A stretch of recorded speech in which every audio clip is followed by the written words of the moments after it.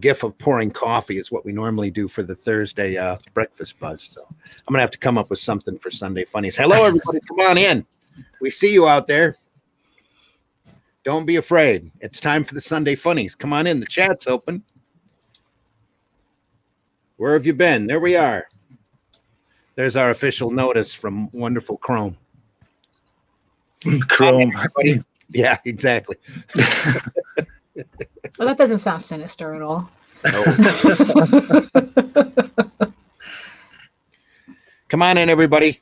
We have somebody in the house. Welcome. Come on in. Chat's open. We're going to talk comics, old comics. We're going to do some reminiscing. We're going to talk about fun comics. We're going to talk to Glenn Fleming. He's right here next to me. All the way. Hi there. I am Glenn Fleming. I'm a writer and artist from England, and a publisher too, and a documentary maker, and several other things. And here to help me ask questions is Daphne Lage. Hey, hi, Daphne. Good morning. Good morning. From Manhattan. Yeah, from Manhattan. Well, from Queens. Queens. Yeah, we're a train ride away. It's a suburb. I'm in the middle of Michigan, so up there where the state that looks like a hand or a mitten. I'm right about the thumb muscle. Well, actually, it's this way, right about there. Right about there. That's where I'm at. Michigan's one of the places I've not been. It's very beautiful. I've been right across the states, but never to the north, never to the north states. Yeah, well, I've got Canada about an hour away from me. Wow. Right, about an hour. Exactly. There's that hour, yeah. I could go dead east and end up at Port Huron and Sarnia, or I could go south through Detroit and end up at Windsor. Well, actually, I can't do either one of them right now because they're only letting essential people through. So, afraid of that bug virus. So. Ralph Griffith in the house. Good morning, Ralph. How you doing? Good morning, Ralph. One of these days soon, we're going to have hopefully Ralph and Stu, or Ralph Griffith and Stu. A reunion tour. Yeah. I'd like to. We've had Mark Bloodworth on the show before, and Jason Moore keeps threatening to get suited up so that he can come online as well.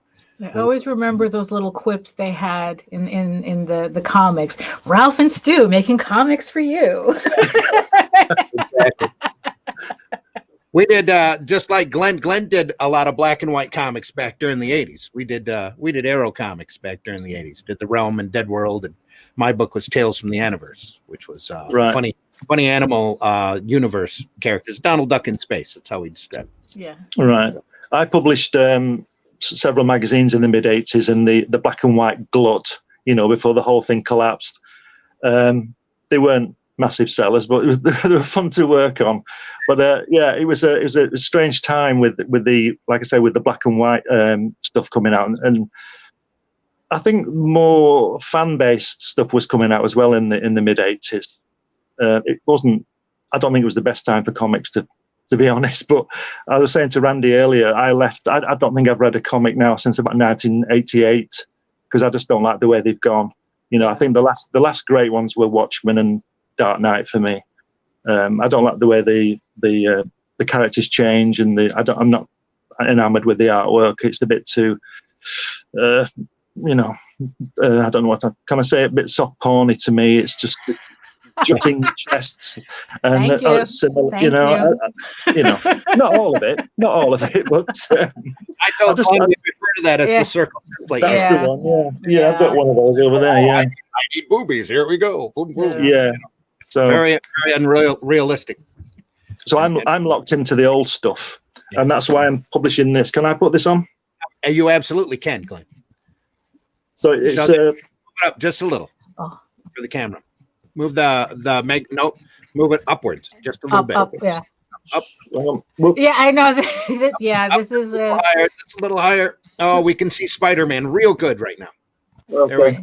Comics Unlimited. Yeah, well, I've got the second issues just come out as well.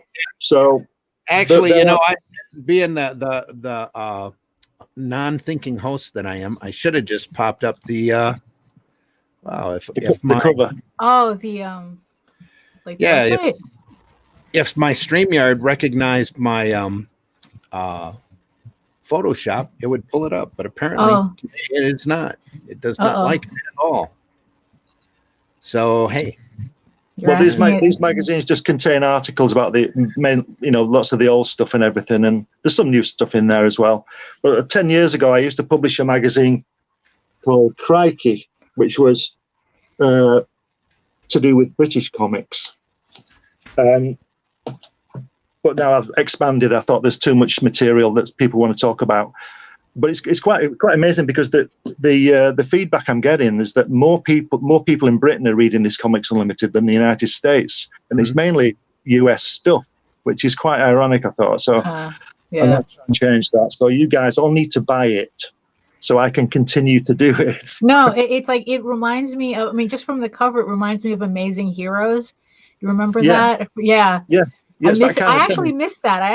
It was like one of the only magazines that really covered independent comics.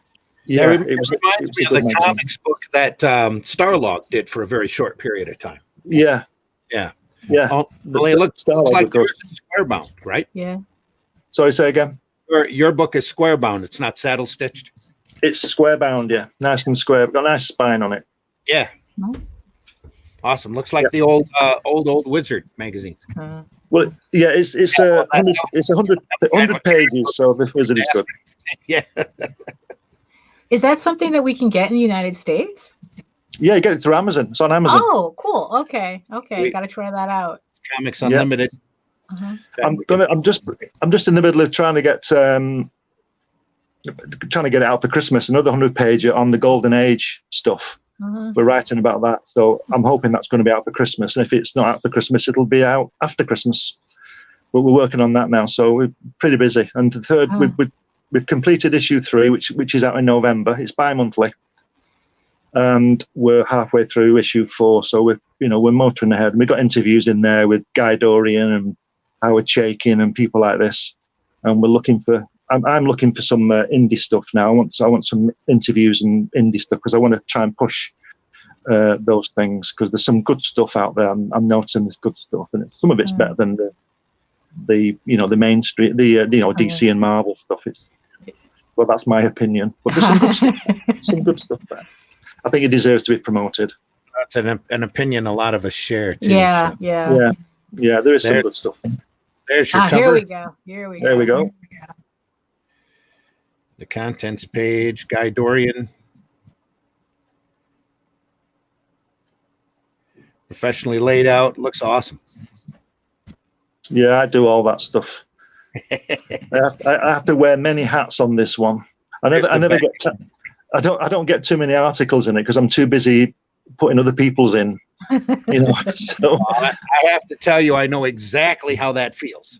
I did a newspaper here locally for 10 years that was dedicated to comics, comic strips, and just entertaining stuff. And I very rarely got to put my own stuff in it because I was so worried about and everybody else's. That's right. Yeah, you think, why am I promoting all these people? Nobody knows who I am. But yeah, it's good to work with different people and get different. But at the same time, if you promote yourself, then it's like, oh, I'm being narcissistic. I have to put other people in. Yeah, that's dead right. Yeah. People say, who the hell are you? What have you ever done? And they're quite right, really. So, yeah, I was showing Randy before. Another one that you can get out is that. Oh, interesting. Another book you've done, Jack Kirby, Variations on a Theme. Yeah, that's on Amazon too. That's got it's got me in it. This one, a bit younger, a bit more hair, but that was when I went to see Kirby. I went to see him twice in 1988 and 1991, and it's about my visit and what we chatted about and stuff like that. I think it's a good read. I think. Let's talk about that in just a second. Hello, everybody. Come on in. Everybody out there in Indie Volt Radio land, come on in. Our chat room is open. If you are watching us on YouTube or Facebook, feel free to chime in. In fact, that reminds me, I need to make mine public because I never do that. Silly Facebook goes through and makes it only for friends unless you tell it to. So, and we've already got some other Marvs in the house. Marv V, welcome aboard. Hey, Marv. Always happy to have you here. We just had his remarks pop up. John Celestри's in the house. Good morning, Hey, Daphne. John. And listening John. to you in the shower. Oh, lovely. The animation man. Make sure you get behind the ears. Yeah, John the animator. We might send John up here in a second now that we know he's awake. Good morning, Marv. Marv says black and white comics are the best, especially the old ones, in my opinion. Yep. You've not seen mine, Marv. Marv does some great work. He's a very accomplished artist. It's fantastic. Ralph says, in the spirit of wizard comic scene, that's it, comic scene. And or more in depth, like Comics Journal. Yes. He said, yes. It's like Comics Journal, yeah, more in depth. Is Comics Journal still going? Is it online now?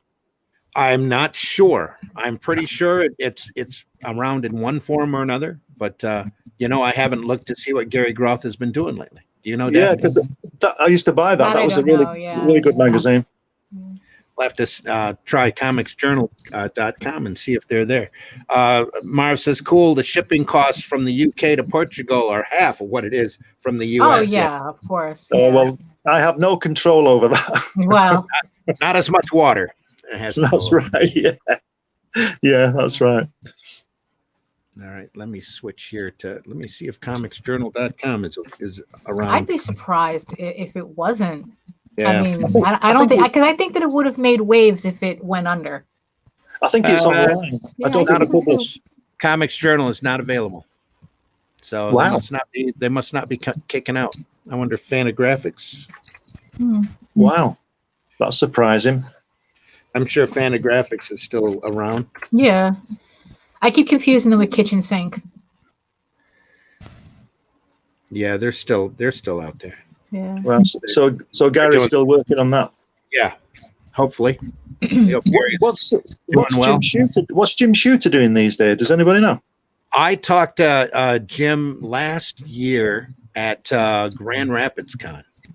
Right. And he came there. This is the kind of comics fan that Jim Shooter is. No voice. He had a cold in his throat. He could barely talk like this, and he had to struggle. And all the time that you're listening to him, you're like, "Going, do this, Jim," But he could barely talk. He come out with a whole series of portfolios that he laid out on his table, and like three or four of those portfolios had memos on it that he had written to the Marvel staff back when he was editor-in-chief at Marvel. Right. And Jim, some of them were really serious and had real comics history in them, and other pieces were just absolutely ridiculous. Hey, everybody out there, let's try to make covers that are dynamic, that actually say something and do something. Sometimes soon, please, that kind of thing, because a lot of it's out of his frustration of having to be editor-in-chief at Marvel at the time and deal with the talent. I said, Jim, you need to put these together into a book really bad. Yeah. Because all you really need to do is just print the memo. And people would go through, it's like we did at the show. We're going through going, oh, that's funny. Oh, yeah, I remember that. He sent some covers to Stan to critique one time, and Stan wrote him back a long critique of all the different covers. This cover doesn't work because of this, and this, and this. And it's like, you remember that cover when you were a kid. And says, this cover's okay, but this leg doesn't look right, and this is wrong, and that's funny looking. But yeah, exactly what Jim is doing now, I'm not sure, but I hope he's doing well and doing something. Yeah, I hope he's doing something. Last year I think it was around last year at a convention. It was just like it was a local show, and he was passing by our tables, and one of our friends just happened to ask him a quick question, and before we knew it, it must have felt like an hour that it was just the four of us listening to Jim Shooter. Oh yeah. Talking about like, his time at I think it was a Broadway comics, I think, and how a lot of how he didn't and he had like a lot of stuff to say about the How to Draw the Marvel Way book. Oh yeah. And it was just fascinating because he just like here's this big shot guy, and he's just talking to us like we well he's just a person, isn't he? Yeah, he really is. Yeah, I've never met him, but I know he's got a lot of bad press, but I think he's great. I mean, the stuff he puts out, was he with Defiant and all Was Defiant, it? Yeah. Defiant Comics, Hollywood Comics. If there's anybody out there right now who knows what they're doing, I think it's him. Yeah. I mean, because I think that it's not that he gets a lot of bad press. I think a lot of people don't appreciate his frankness about what he expects. Right. You know, I guess it's like a lot of people are so used to being like coddled, and it's like, and he is obviously the type that doesn't do that. But at the same time, you could tell it's like, well, it's to your benefit. Yeah. You know, I mean, yeah. It's not a personal thing. He's trying to bring out the best. Because the funny thing about when you said about the covers that he was putting, you know, notes about, can we do dynamic covers for a change? I mean, just the other day I was watching someone do like their weekly poll and they're showing the covers, and there are just times I go, what made them decide that was an appropriate cover? You know, like that was a good cover. I mean, appropriate's the wrong word. It's just like just a good visual cover for the book. I mean, sometimes editorial decisions confuse me. Yeah. It's very rare anymore. You see an iconic cover, one that'll stick out in your head for a long time. Well, that's why I like going back to the 60s and seeing all those Kirby covers, and every one is just outstanding as far as I'm concerned. You know, he's just the best. And the Steve Ditko Spider-Man ones are so, he draws people so balletic, doesn't he? You know, it's really just moving and just beautiful Steve Ditko drawings. And Kirby's are just sort of in your face, aren't they? Want to destroy everything, and so much power in them, and it's fantastic things. Yeah, somebody who I really enjoy is Nick Cardy. The Nick Cardy covers that he did for DC for many years are incredible composition on those. And almost everyone's incredibly iconic. You always remember what it looked like, or doing what, or the sweep of like the Teen Titans issue that he introduces Wonder Girl in the red outfit, and that has her on the cover just you know, walking or running there. That's just incredible work. I always like this guy. Can you see him on the X-Men? Oh, the Sentinel or Kirby? Yeah. It's Kirby. He's on the cover of I think it's X-Men 9, I think, or 11 or something. Yeah. That's one of the Kirby covers that comes to mind, apart from 15,000 others, you know, that he did. Yeah, don't ask folks what their favorite Kirby cover is, because impossible. They have to think for a long time. I think it's great the way that the best, in my opinion, the best Fantastic Four cover, the Fantastic Four weren't on it. The one with the Silver Surfer on it. Yeah. I'm not sure. Is it issue 74 or something? I'm not sure. But it's just a fantastic. I mean, what a great character that was. You know, that he came up with. Are you talking about the one with the red background on it? Yeah. Because that stood out so much, and they did that on purpose. There was so much detail on the cover. They wanted Silver Surfer to pop, so they made the entire background red, and it really stood out on the newsstands. It was probably one of their highest-selling books just off of the cover. Fantastic cover, that great drawing.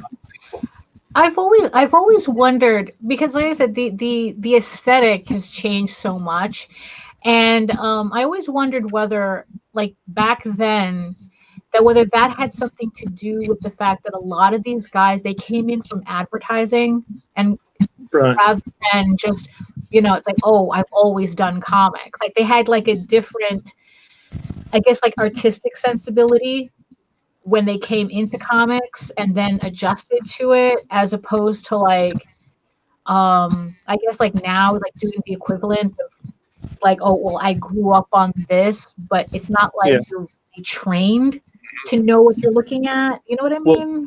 Well, Randy and I were speaking earlier about that with Neil Adams, weren't we, Randy? And I was saying that Neil Adams and Barry Windsor Smith, I think they're more illustrators than comic book artists, because I mean, you see Barry Smith's paintings and it's beautiful. But I mean, I'm not saying they're not good artists; they're fantastic artists. But I always got the impression that Neil Adams was like an advertising kind of illustrator for adverts and whatever, you know, storyboards and things like that for the commercials and stuff, rather than a comic book. Because I said to Randy, he did a lot of covers, didn't he? He didn't do too many interiors. He did. I think he did a I don't know how many covers, but he did more covers than interiors. I think that's why they gave him the covers, is because he had that was the reason for it. Build those dynamics, and he sold comics. His covers sold books. So, and he's a very good artist as well. Yeah. He's good. Speaking of Neil Adams, whenever we get over this whole great unpleasantness we're going through right now, you can actually visit Neil Adams' offices here in New York, and we actually did that once. Yeah, you can go visit, because he has like his offices, and it has like it's also a gallery. Wow. So if you can come in, and we did that once. I had no idea we could do that, and the receptionist was thrilled that I guess because not a lot of people know you can do this. Wow. And you can go to the offices, and he gave us a tour of the entire office, and it's just I've never seen these originals before. I mean, because it's just originals hanging all over the place, and it's one thing to see them printed in comics, but to actually see the actual work. I mean, I was like, after the tour, I was like, okay, I need some time alone. I'm very emotional. I mean, there is such. It was like, really, it was something. It was just like, it really, something in my head changed just being in that space. Oh yeah, that's why if you ever get a chance to see a museum exhibit of original comic art, whether it's comic strips or comic books or both or whatever, definitely go. You have to go, and not just to see the artwork and have that type of response like Daphne had, but also it encourages the museum people to take what they're exhibiting seriously. The more people that go in to see it, the more of that type of material they're going to bring out and display. And here in Flint, we were lucky enough to have a pop art exhibit out there where they actually had a I believe it was Siegel. Siegel and Schuster. Siegel was the artist. Names in there are crazy, but they had it in a little frame hanging up in the wall. It's like 5x7 frame, and you had to get close to it and squint at it in order to see it. But it was a pencil drawing of Superman. Wow. And it was so cool from back in the late, probably late 30s that it was done, because it was squinty-eyed, black and red emblem Superman. It wasn't in color; it was a pencil sketch. You get up there and you go, "Holy crap!" Look at that is gorgeous. And anybody, if you haven't seen Hal Foster Prince Valiant from his early run, if you have not seen that in person in a frame under glass, you definitely have to go, because it's pure art. And you sit there, and it's 2.5 to 3 times the size of a normal, what you would think a normal original art piece would be. And you can just sit there for hours and look at the line work, because he used to kick out one of those a week, and sometimes he would take an entire week to do it. And it's just beautiful, beautiful artwork. Just unbelievable. When I went to Kirby's house, I was fortunate enough to hold the original artwork for the Hunger Dogs cover. There you go. Which was painted by Greg Theakston. Yeah. But I was going to ask Jack this. I actually forgot to ask him, but got my answer. I was going to ask him whether Greg had painted directly on his drawing. Mm-hmm. But there was the pencil work, so obviously he'd lightboxed it or whatever he'd done with it. But I held it, and I can still feel it in my hands 25 years later. It's just wonderful, you know. And I was saying before to Randy that about when I went there the first time, they'd just got a shipment of original artwork from Marvel, and Ross Kirby's letting me open these envelopes, and in the envelopes there was Rawhide Kid and Kid Colt from 1961. 1960, that early, and even Jack hadn't seen them since he posted them off all that time before. I mean, this was 1988, so nearly 30 years previously, and they were letting me open them. They let me open all these things and pull out all these artwork, and I couldn't speak. I couldn't speak. I was just holding this stuff that I'd looked at when I was a kid, you know. That might have been why they let you open them, just to get that expression on your face. Yeah, probably did. Yeah, they were really good people. They're really nice people. Kino Subway says hello, everyone. Hello, Kino. How you doing? Hello. Hope everything's good for you.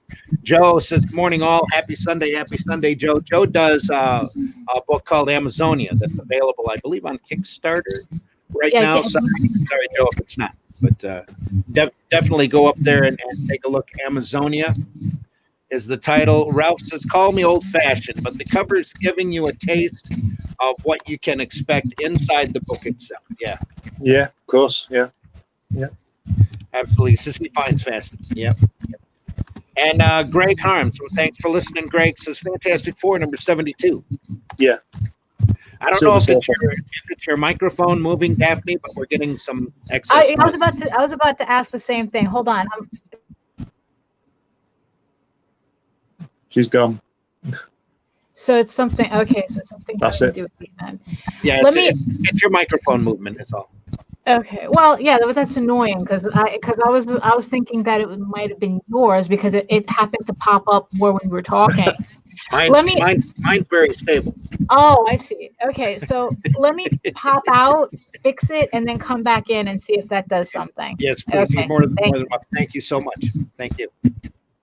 And hey, everybody out there, this would probably be a good time. Well, and now we're still hearing it. That's not coming from you, is it? No, not from me. Testing. Oh, there's some sort of feedback rolling. Right.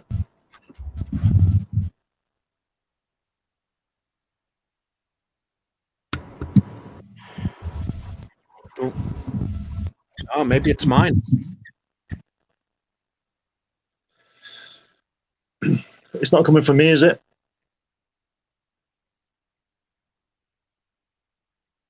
I can't hear anything now. Can you hear me, Randy? I can't hear you.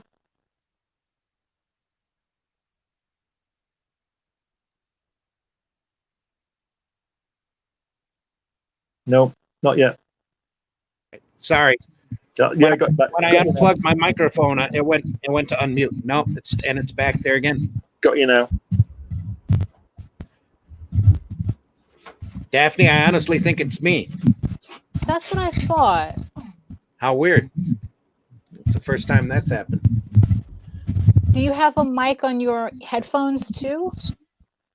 Like maybe they're conflicting, the two mics are conflicting? No, I think I might have a faulty cord here, sir. Just a bad connection. I'm gonna jump out real quick and jump back in. Okay, no problem. So I'll be right back. Okay. So what are you working on, Daphne? Oh, so I self-publish a comic. Oh, the noise? I think the noise is still here. Oh, right. Oh boy, that's the problem with live shows. You know, it's like right. Well, when things go wrong, they go wrong. No, yeah. Well, but you know, so Nope. I'm still hearing it. Now are we good? Because I changed my microphone. Right. I'm gonna go out and reboot real quick. You guys keep talking. All right. Okay. And I'll be right back. Okay. And then when he's done, then I'll probably have to do the same thing. All right. So I do a comic, self-published comic called Tall Tales, which is a fantasy adventure funny animal comic that I've been working on since the 80s, pretty much. It's like we started hitting just at like the butt end of the black and white glut. As I guess depending on how you benefited from it, it's either the black and white boom or the black and white glut. That's right, yeah. I didn't benefit at all. Yeah. I probably lost money on that one. I don't know. I can't remember. Yeah. But, so enjoyable time. No, it was really funny because it's like that was when I discovered comics, all the comics. Like I was talking to Randy that it's like my first exposure to American comics, because I'm from Spain, raised in Brazil. So my first exposure to American comics was at a supermarket in Queens, where I found I think the first issue of Rocket Raccoon. Oh, wow. And then once I went to high school, then that's when I discovered the rest of it, because there was a Forbidden Planet around the corner. Right. And then that's when like the boom had started. So it was like all these black and white comics, all this funny animal stuff. And it's like, I was hooked ever since. Wow. Yeah. So you Spanish, Brazilian American then? Something like that, yeah. Yeah, I was born in Spain, but I don't speak Spanish. Right? But I'm somewhat fluent in Portuguese, but I'm mostly American. Right. So you would class yourself as an American then? Yeah, I would in the end, yeah. You know, we the first thing that my mom did when she got me here was start the process to get us get us citizenship. Yeah. So that took long enough. Well, I've only seen Brazil from the air. Oh, well, it's been a while since I've been there. So, you know, but like those were like the comics from Brazil and the comics from Spain were more what I was being, I guess I cut my teeth on, kind of. Yeah. But in the United States, it was the black and white boom that really got me in American comics. Right. I've got several Marvel comics that are in Portuguese. Kirby reprints, you know, and Steve Ditko reprints, and they're all in Portuguese. I don't read Portuguese or speak it, but I've got them anyway, you know, because they look pretty neat with a different lettering on, you know. So. Right. Yeah, because it was funny because those were also the types of books that I saw in Brazil. It was like Starjammers. Like I saw Starjammers in Portuguese. Right. Back again, and I was hearing it before I came back. So. Yeah, no. So let me reboot and then see if that clears up. You know. So you guys have fun. I'll be right back. We'd hate to think it was your phone, Glenn. Yeah, that'd be awful, wouldn't it? That'd be terrible. I'll be right back. All right. Thank you. Let's see how that runs. No, it's still there. It's still there. So I'm getting a little bit of an echo feedback. Are you there, Glenn? Yes, I'm here. Yeah. Sorry. Okay. It's not coming through on yours, but it's coming through on mine. You might have to jump out and jump back in, Glenn. Okay. Could be that phone. So. Right. Okay. I'll see what I can do. Yeah. Go ahead and do that and we'll see. Okay. All right. I'll be here. Thank you. Okay. And everyone out there, Marv says, Glenn, I'm so jealous right now. The good kind of jealousy. There we go. Yeah, I'm pretty sure that's what it was. Kino Subway says the noise is still there even after Randy left. I wonder what this phantom noise is. It's probably called technology. You know, Kino, sometimes StreamYard doesn't like dealing with other folks. And we are talking to Glenn Fleming right now from over in Manchester, England. So. All of the distance and, you know, all the fun of StreamYard all rolled into one. Joe D. McPhee says, what are your thoughts on the cover of Mr. Miracle #7? I'm going to have to call that up, Joe, and see. Are you there? I get it. There's a little bit of hum in the background, but it's not as bad as before. Right. Glenn. Can you see me? Can you see me again? I can see and hear you just fine. Right. Okay. Hope everybody's good. What were you saying before about somebody who was jealous or something? Yeah, Marv says, Glenn, I'm so jealous right now. All right. It's a good kind of jealousy. We should send a link to Marv. Marv, you got time this morning? I'll send you a link. Just let me know.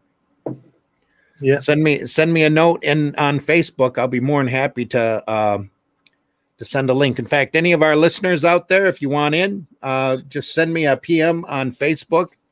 If you're my friend, I'd be more than happy to have you on. So come on along. Since the noise is still there even after Randy left, I wonder what the phantom noise is. And like I said, it was technology and getting stuff across. Joe says, what are your thoughts? What are your thoughts on the cover of Mr. Miracle #7? And I will have to actually dig up, all of us, I guess. I'm going to have to dig up what Mr. Miracle #7 was. I remember the cover to 1. I don't remember it. I'll have to pull it up here. Give me just a second.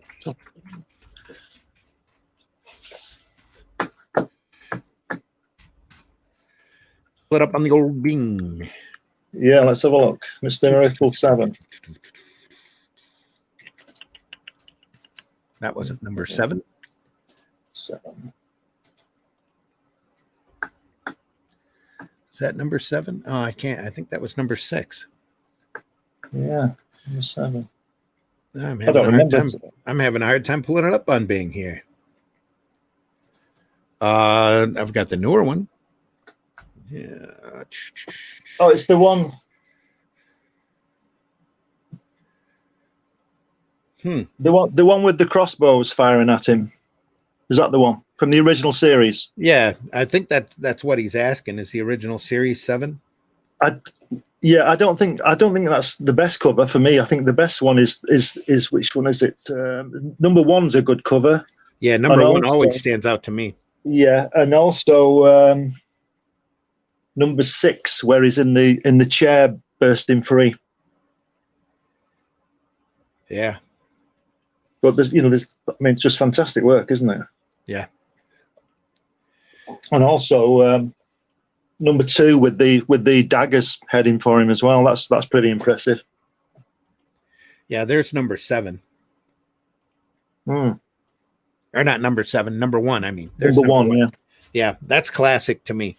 That just stands right out. It's fantastic. I think when he went into his New Gods stuff, I think we finally find out who was writing these things, didn't we? Yeah. I mean, Stan was a great frontman, but and his words were a bit corny, but they were readable. But I think when Kirby was doing his New Gods, I think that's when he came into his own, really, because he had the experience, didn't he, of all that. How old was he then? About 53 or something when he was doing that. He had all experience the previous 20 years. With Captain America and everything.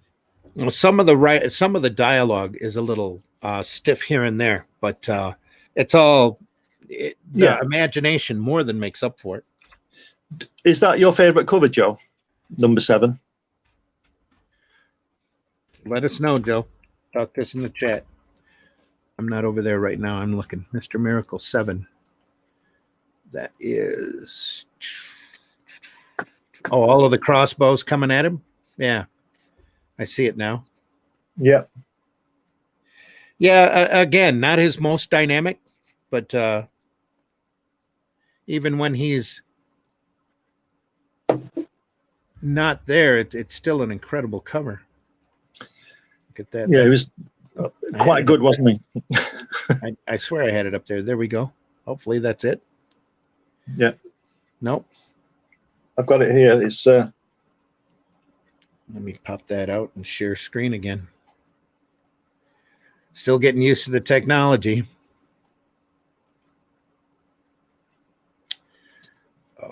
Etsy. There we go. That should be it right there. Yeah. That's the cover. Is that the cover? Yeah. That's it. Yeah. Yeah. I think it's a great cover, but I don't think it's the best one.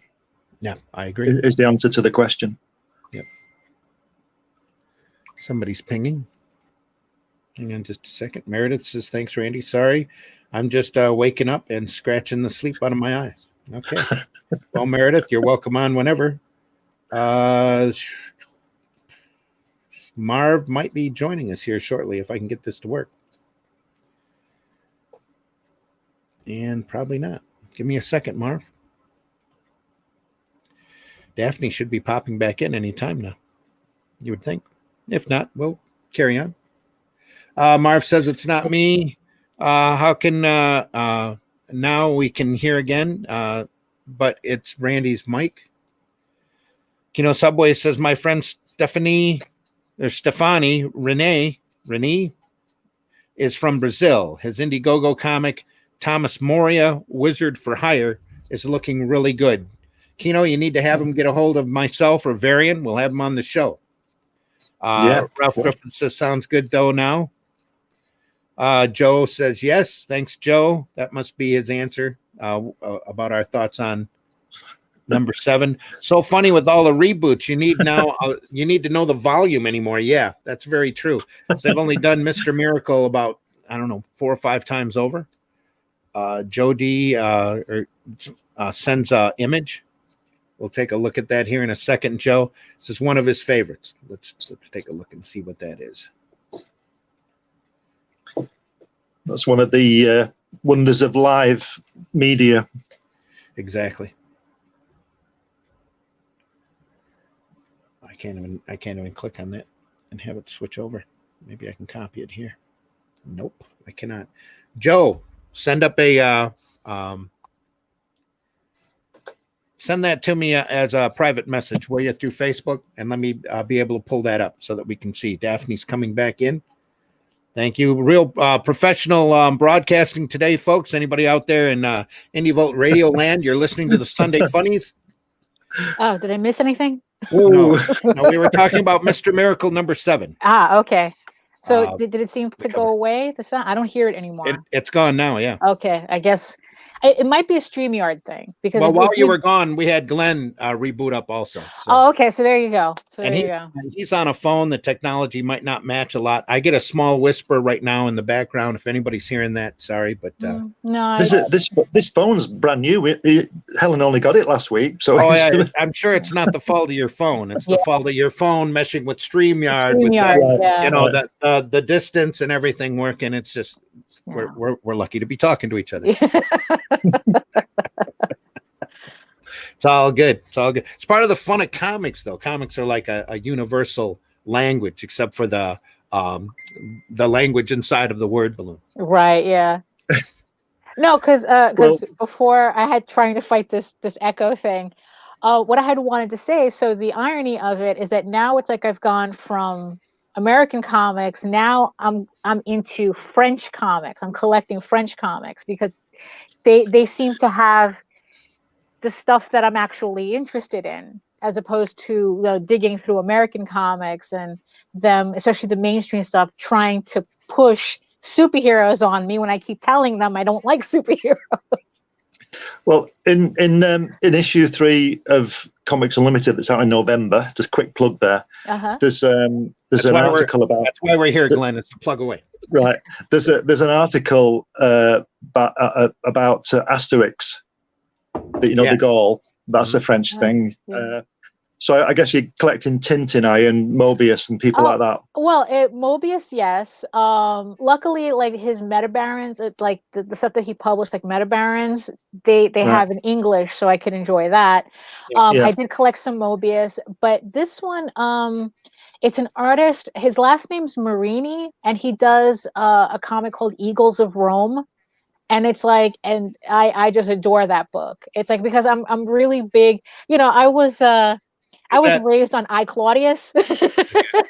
So that's the type of stuff that I'm interested in. Like, give me like all the Romans and the Ben-Hurs and all that. And, just into my eyeballs. So is that highly detailed, like Frank Bellamy's work?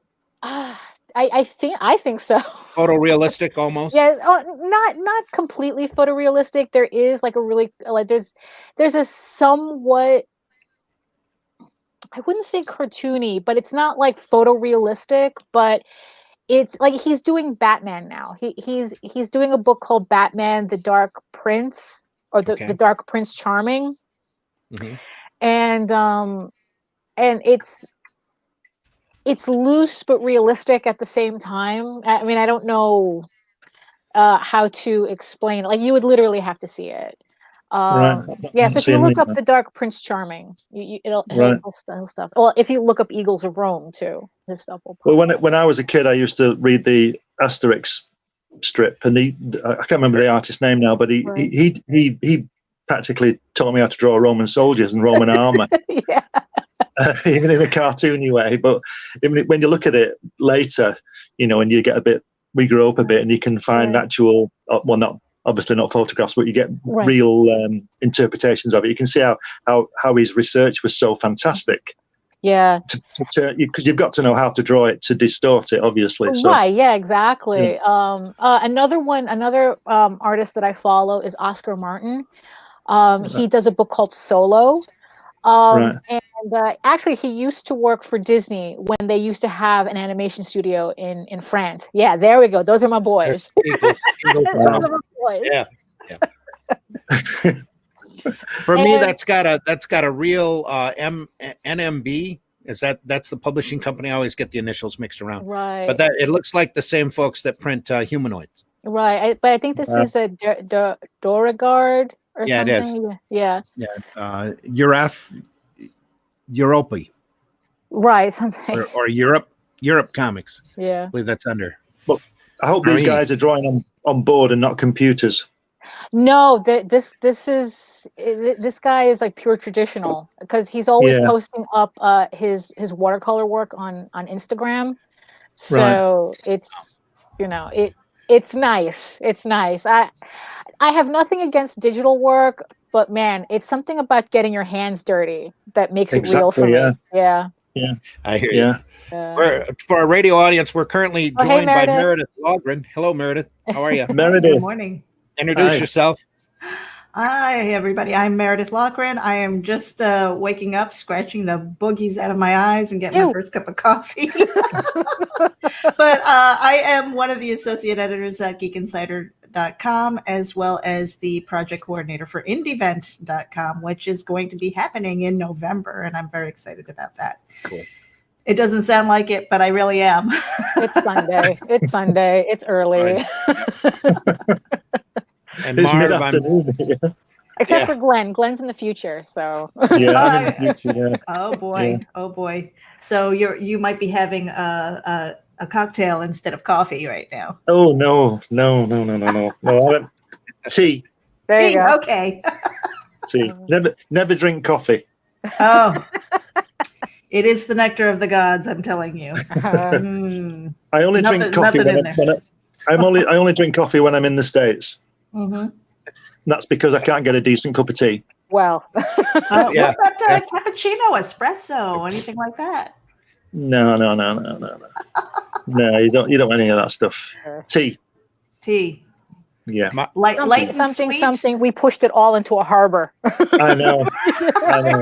Oh, that's just unforgivable. It's just what a waste. Like I said earlier, if we hadn't have had that ocean behind us, would have sorted you lot out. Oh my goodness! So what am I jumping into here? What are we talking about, Randy? Oh, we're just jabbering away, covering all sorts of different things. So you didn't really jump into a conversation. StreamYard was hiccuping on us. So. Yeah, it's been acting a little kooky, but I don't know if it's Facebook that's really been giving us. It's probably the combination of all of it, just trying to mesh together. Yeah. So we've got a bunch of people listening in on YouTube and Facebook. So. Yeah, Ralph says so funny with all the reboots. Yeah, you need to know the you need to know the volume anymore. Yep, already covered that. Sorry. Yeah.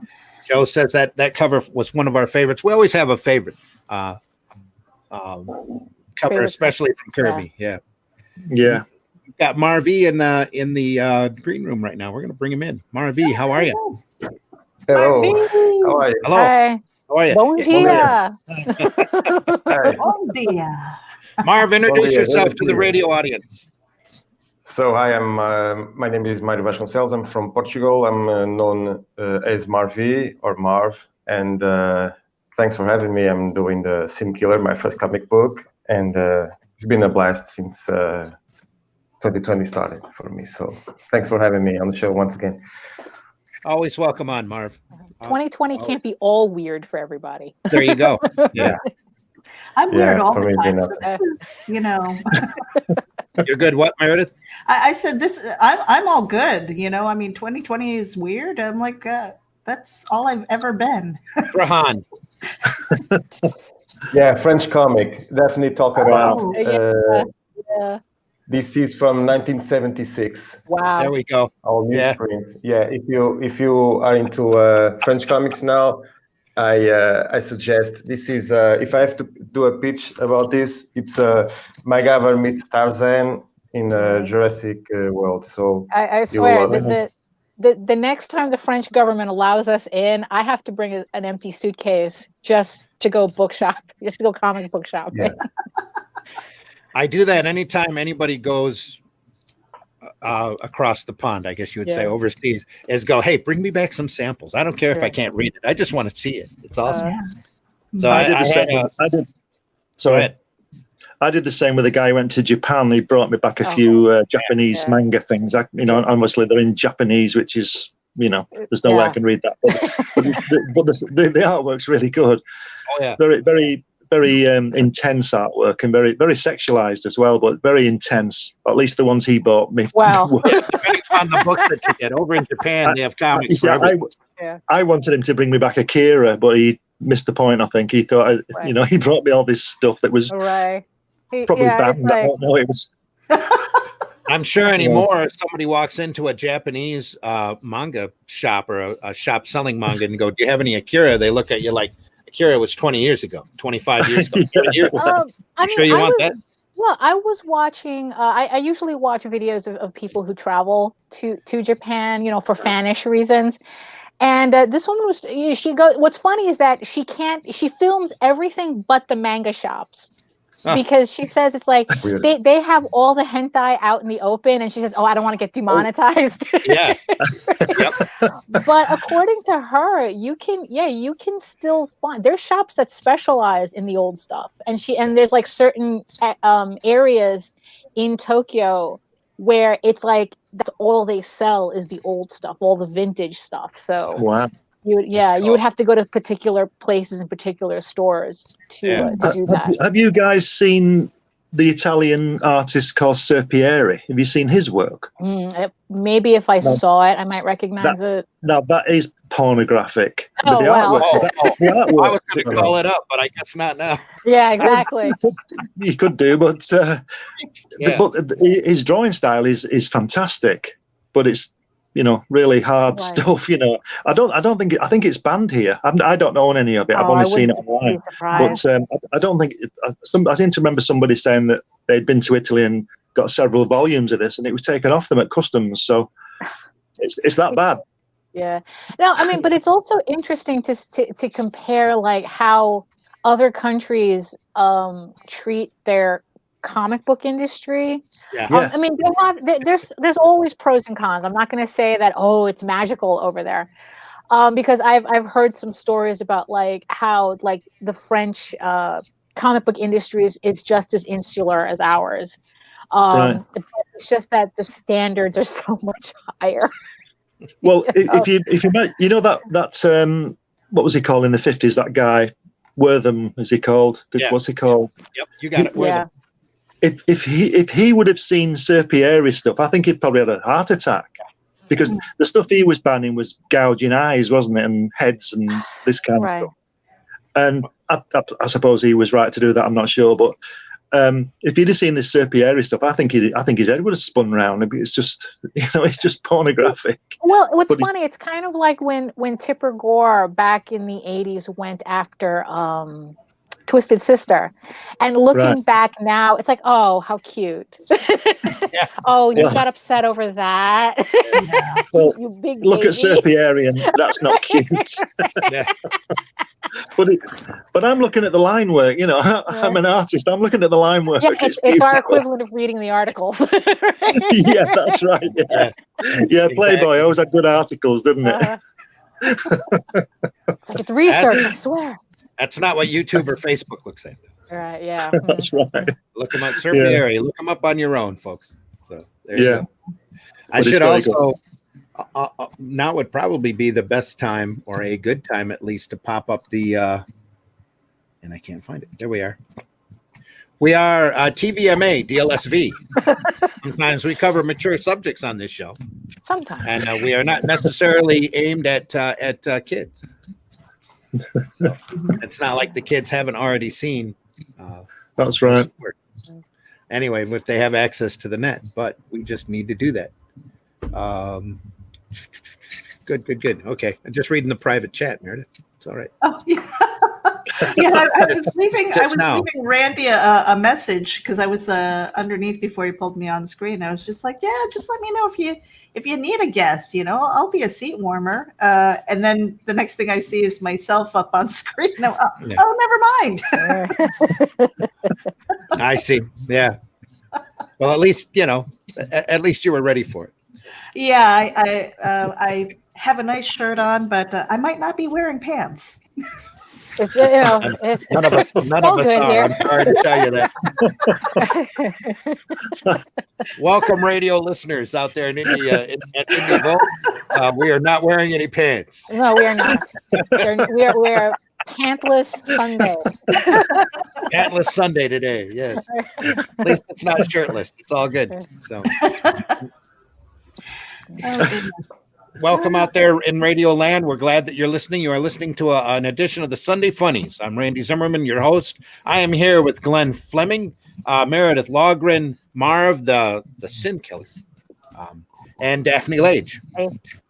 Hey, we're talking comics. Glenn does the Comics Unlimited magazine that has a worldwide reach all around via Amazon. And Glenn has been in the business almost as long as I have. So probably longer. I don't know. Wait, you have an author page on Amazon? No. The Comics Unlimited is on Amazon. Yeah. Oh, yeah. The magazine's on there. Yeah. And what about that Crikey collection you were showing me earlier? Is that available on Amazon? No, those are available from me. But that's the magazine. You're going to have to tell everybody how they can get a hold of you. Yep. Well, the problem with that is that last year my website was hijacked, so I'm building a new one now. So whatever you do, don't go to it because you don't want to see what's there. All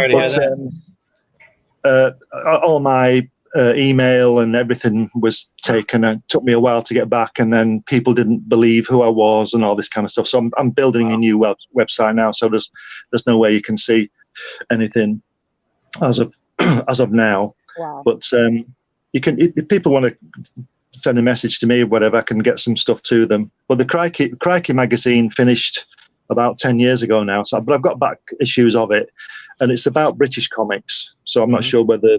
Obviously, Americans, well, maybe they would be interested. I don't know. You'd be amazed. You'd be amazed. Yeah. Well, like I said earlier, the Comics Unlimited is obviously all comics. It's unlimited, obviously.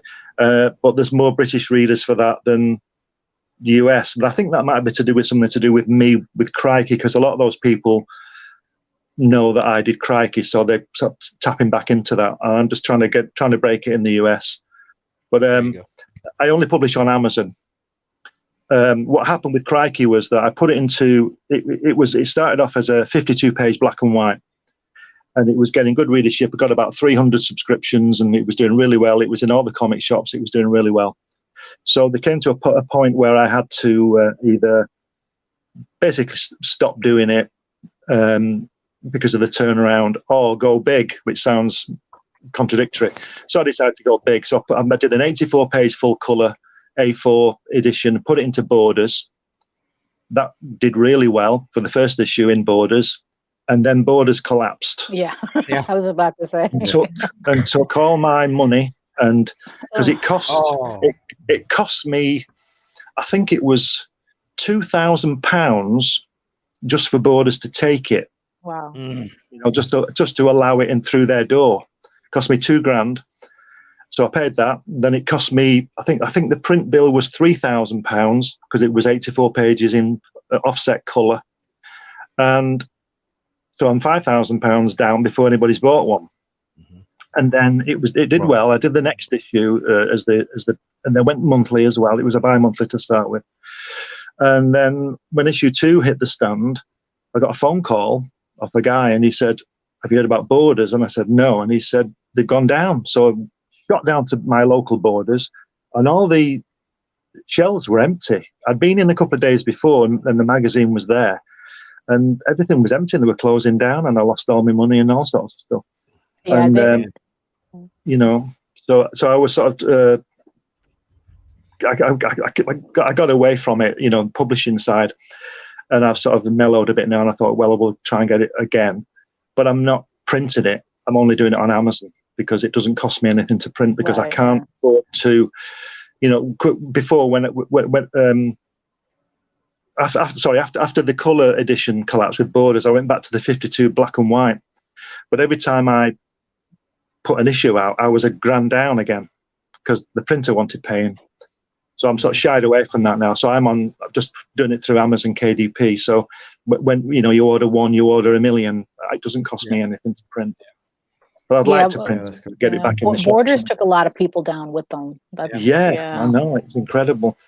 It was just overnight. But the thing I'm a bit sore about is that I'm sure that people like printers and people like that would know what was going to happen. I would think, but I don't know that. How many people like knew in advance and could have let's not do this because But I didn't even get my stock back or anything. I didn't get anything. Wow. It's just gone. Just gone.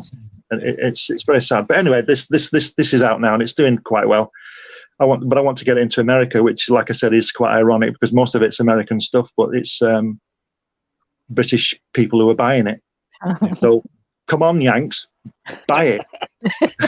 That's Comics Unlimited available. It's Comics Unlimited available on Amazon. Check it out. Take a look at it. Buy a copy for Glenn and for yourself. It's all good. There are there are editions of Crikey on eBay, but if you want to check that out, but you can get them from me anyway. I've got a few spare copies and stuff like that. That's a hard copy. I was going to say, I'm over on Amazon right now. I see a lot of titles with your name on it. I'm like, are these all you? Those are my books, probably. Let's see. Well, I mean, we've got Jack Kirby, Variations on a Feat. Yeah, he held that book up earlier. Yeah. 8 seconds. 8 seconds is that. There we go. And that is a book I wrote published last year. My dad was a paratrooper on D-Day. So I wrote his story. He attacked this place called Merville Battery, this German gun battery that was going to fire onto the beaches. And his job was to take that. So I wrote this book and illustrated it as well, about his parachute jump into Normandy on that morning. Wow. And there's other books on there as well that Meredith might have seen. I wrote for just a second. 8 seconds. I published this one this year.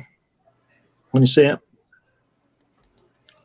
I was just about to ask you about that. It says that it's a personal journey. Yeah, it's Easter Island. It's about Easter Island. That's the real name is Rapa Nui. And I went there a few years ago and I took 1,000 photographs and kept a really, really sort of in-depth diary. And then I came back and wrote the history of the island with my diary. And that's it. It's got millions of photographs in it. And I don't know whether you can see. Where do we go?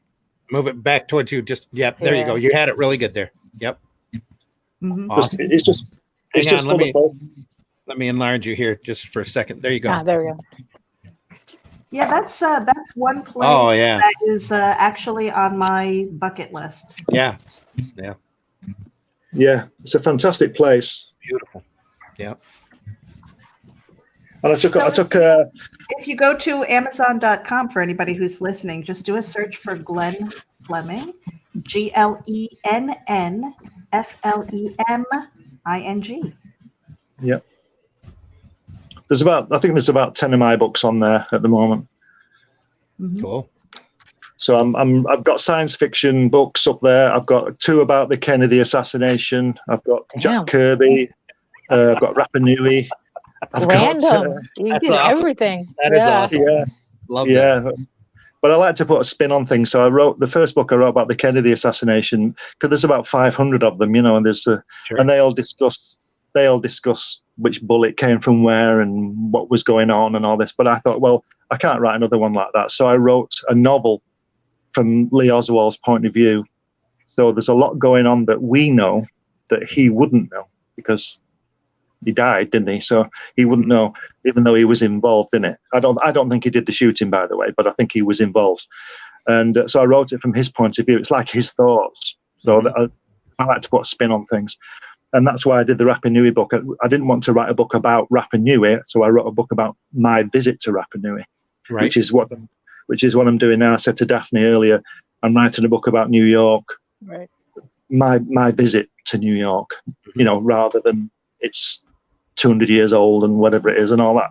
That's in it, but it's my view of it, because I like to write a more personal, a personal thing, because you can, there must be, how many books on New York must there be? There's going to be 10,000, isn't there? So this is my view and my journey there. Mm-hmm. So that, I don't know when that's going to be out, but I'm halfway through that one now. Okay. I've been to New York about 6 times, and I've got 4,000 photographs, and I like to. So it's like a photographic book as well. So I like to put all the stuff in there. And in the Rapa Nui book, I've also done some drawings. I did some drawings while I was there, and I put those in as well.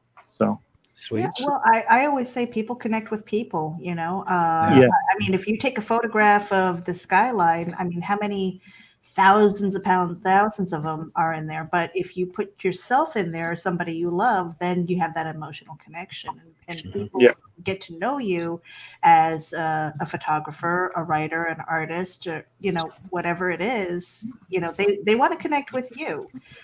Everything else is like, I mean, it sucks if you lose it, but that emotional connection might be there for one reason or another. But when you're really connected to the artist behind it, then it really has that tangible tug. Well, that's right. Well, to get back to the comics, I produced that as well. Mm-hmm. Which is Jack Kirby, A Personal Journey. That's on DVD. Yeah. Here, let me enlarge that up again. Glenn, go ahead and show it again. There you go. Mm-hmm. So, man, you're talking about one of my heroes, man. Yeah, that's why that's why I said I was jealous, but the good kind of jealousy. Right. Yeah. Well, I met him twice, and he was just really great. And when I filmed the first time I went, the camcorder broke. Can you believe it? The camcorder broke. Anyway, the second time I went, I got one that I hoped wouldn't break, a real one, and filmed it. And I had this film for, when was it, 1991, and had this film doing nothing. And I thought, well, and it needs to get out there. So you won't believe this, but I actually offered it to the Kirby Museum, and they didn't want it. I've got about half an hour of him just talking in his studio, and they didn't want it. So I thought, okay, I'll do my own production of it. And so I was interviewed and filmed, professionally, talking about my visit, and then it goes into the film of Jack just talking, and it's unique because you see photographs, you see people with him at conventions and things like that. But this is 30 minutes of him talking. And it's really fascinating, the things he's saying, because he was such a great talker. Because I didn't go with it like a question and answer thing for him, because I knew he liked to talk, and I just let him get on with it. And he just talks about his life in comics. And there's a great story where, when he was 15, he flew upside down in an aircraft. His friend had an aircraft, one of these, little things from 1925 or some. 1935 or something, and he flew upside down over Manhattan, over the Empire State Building, upside down, this guy, and he's hanging on. He hasn't got a seatbelt on or a harness or anything. He's hanging on, and this guy's going crazy. And when he landed, he got in trouble. This guy, because you're obviously not supposed to fly aircraft over there. But there's just little stories like that you don't. He doesn't readily talk about that in anything I've read, and things like that, which I think is fantastic. I mean, imagine that. Can you imagine that doing that now, flying upside down in one of those little planes over Manhattan? Out of the sky. Oh, well, yeah, they would now. Yeah, they would do. But and how can folks get a hold of that?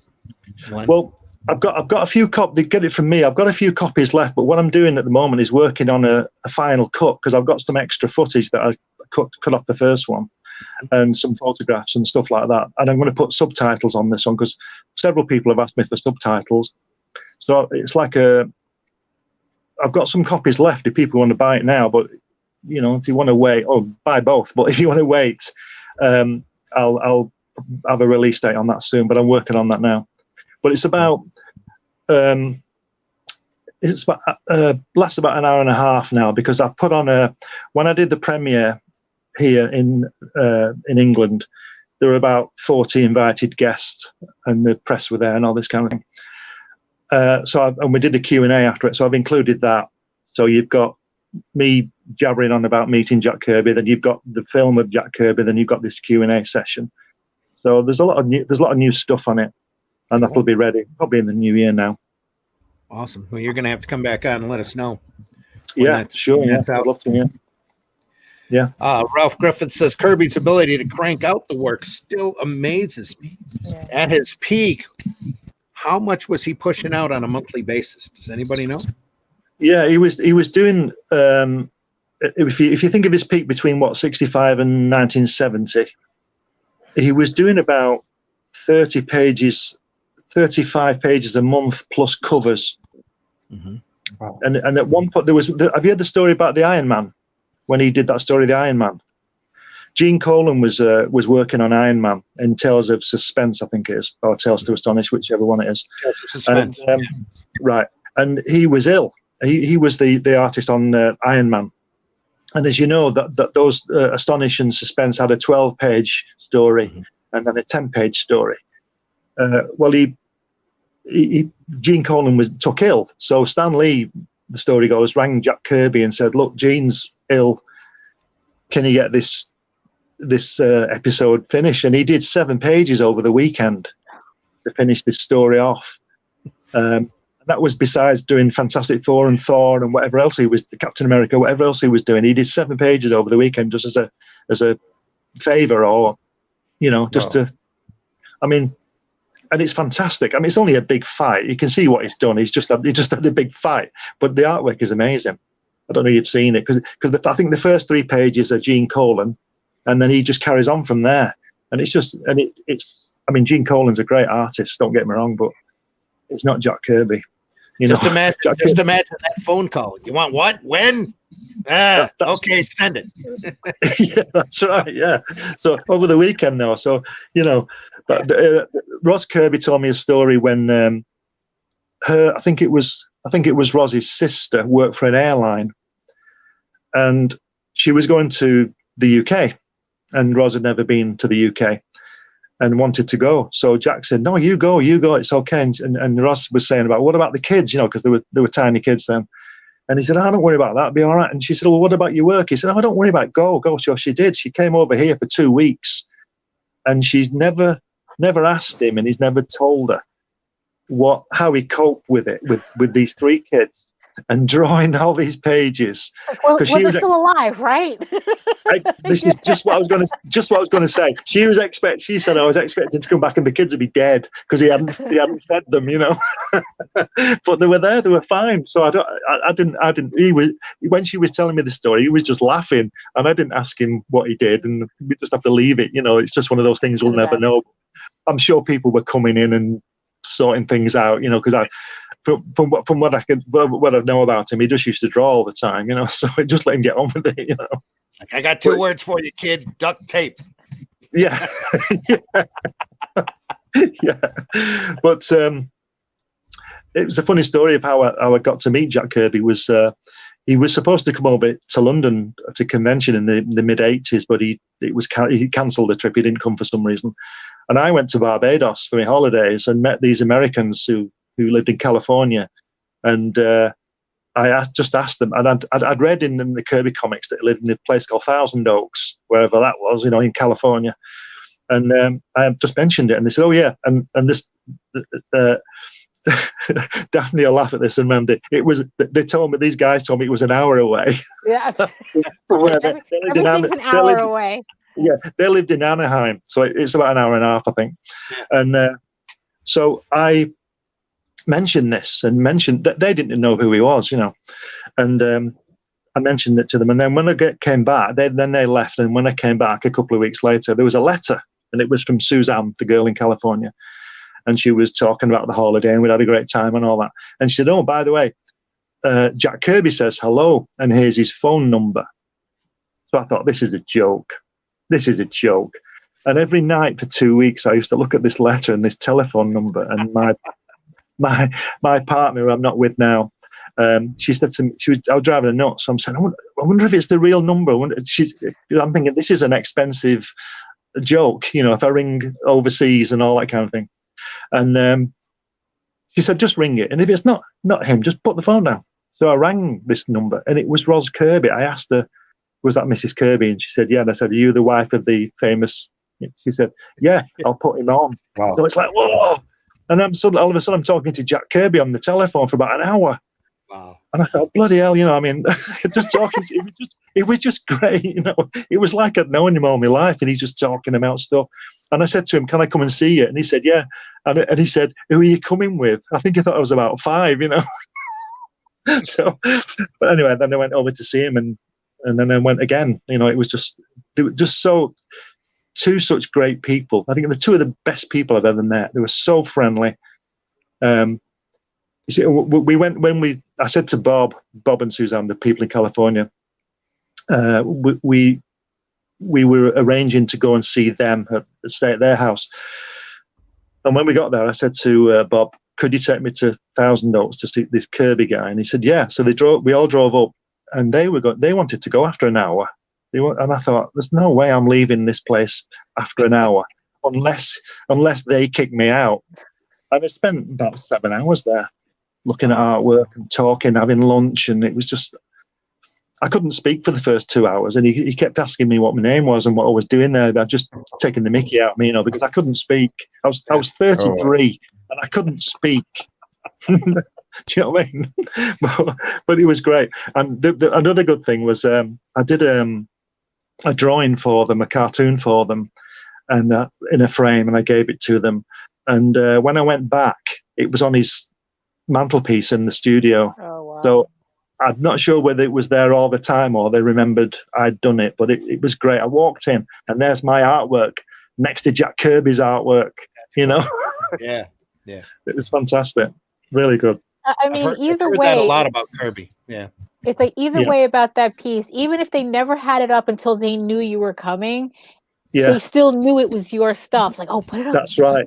That's right. Yeah. So it was really great, you know. Yeah. But when we were going through to the studio and we started the filming, Ros pulled me back, and Jack had been ill, and she said to me, she was. You know, you always get the impression that Jack Kirby is this really tough guy because he's beating everybody up when he was a kid, and then he was in the war. And I think I think he'd take on 5 or 6 guys. I really think he was that tough. Ros was tougher than he was, and you knew it. She was really, really lovely and really beautiful woman.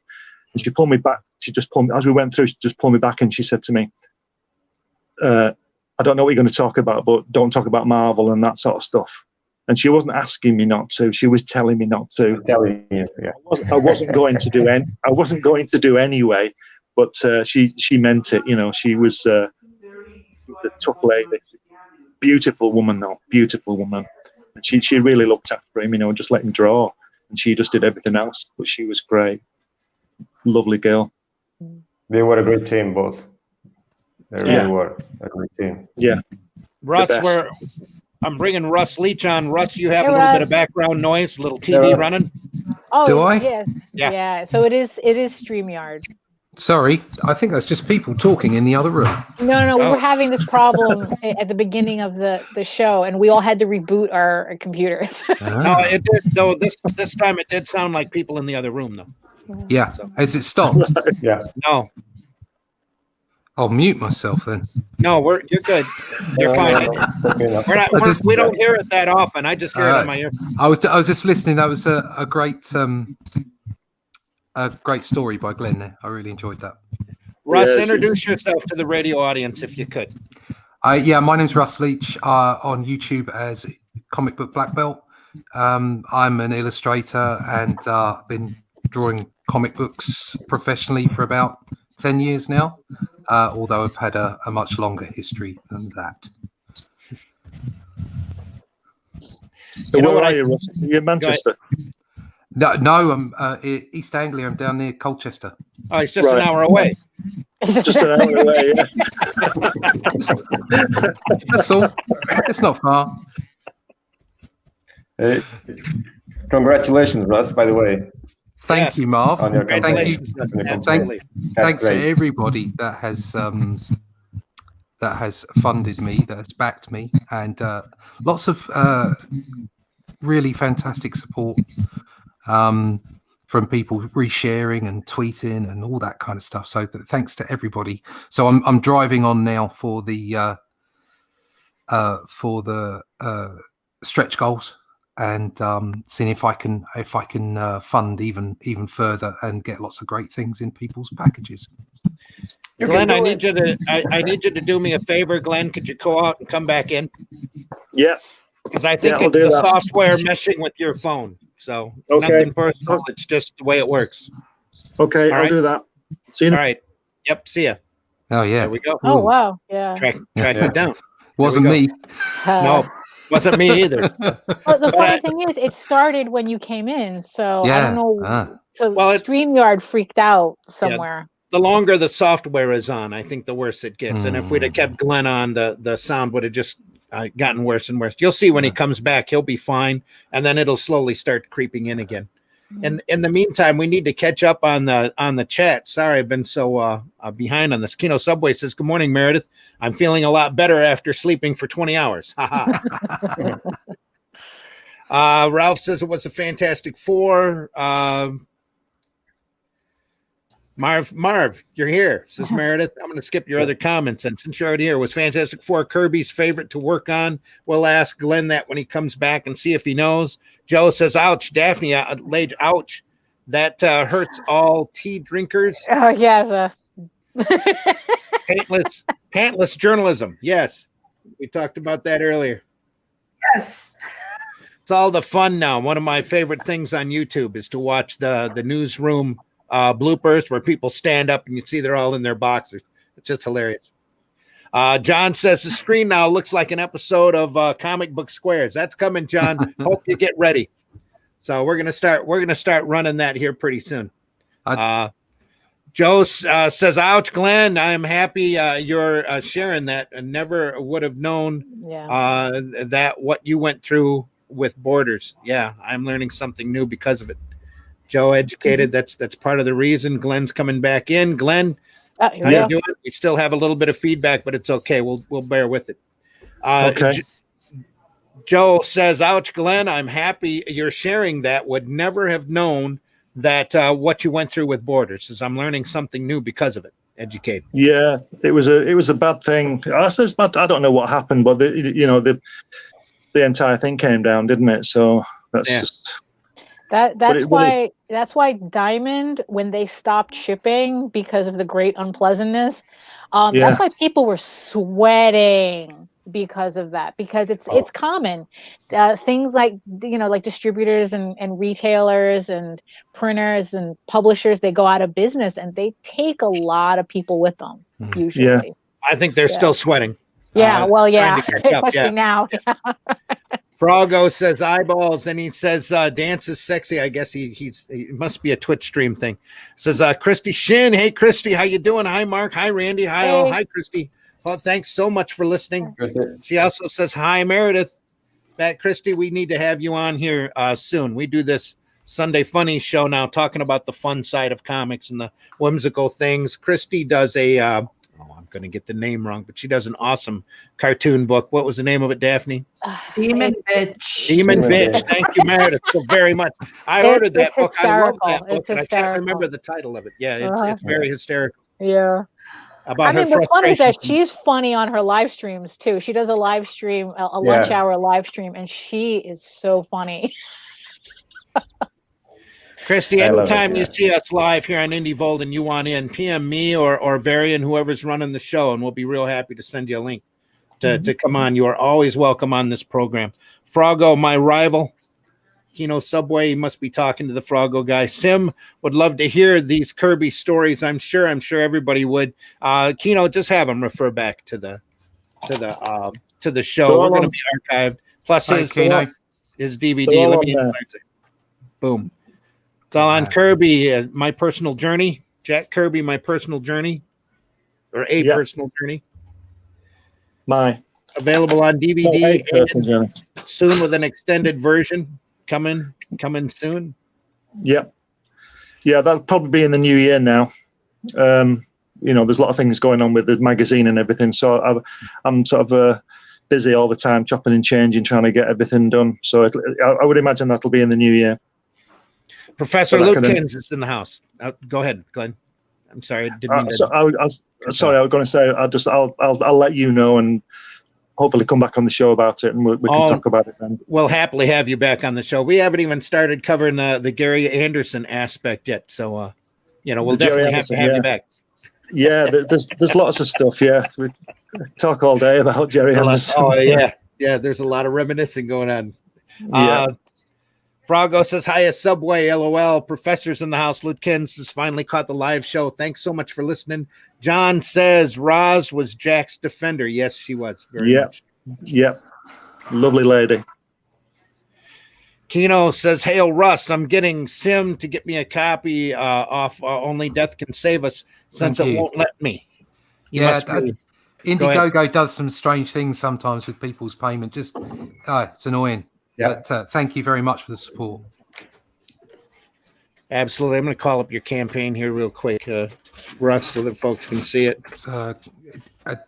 That book, Glenn, is I only came in at the end of your story. Are you doing is that a book you've done about Jack?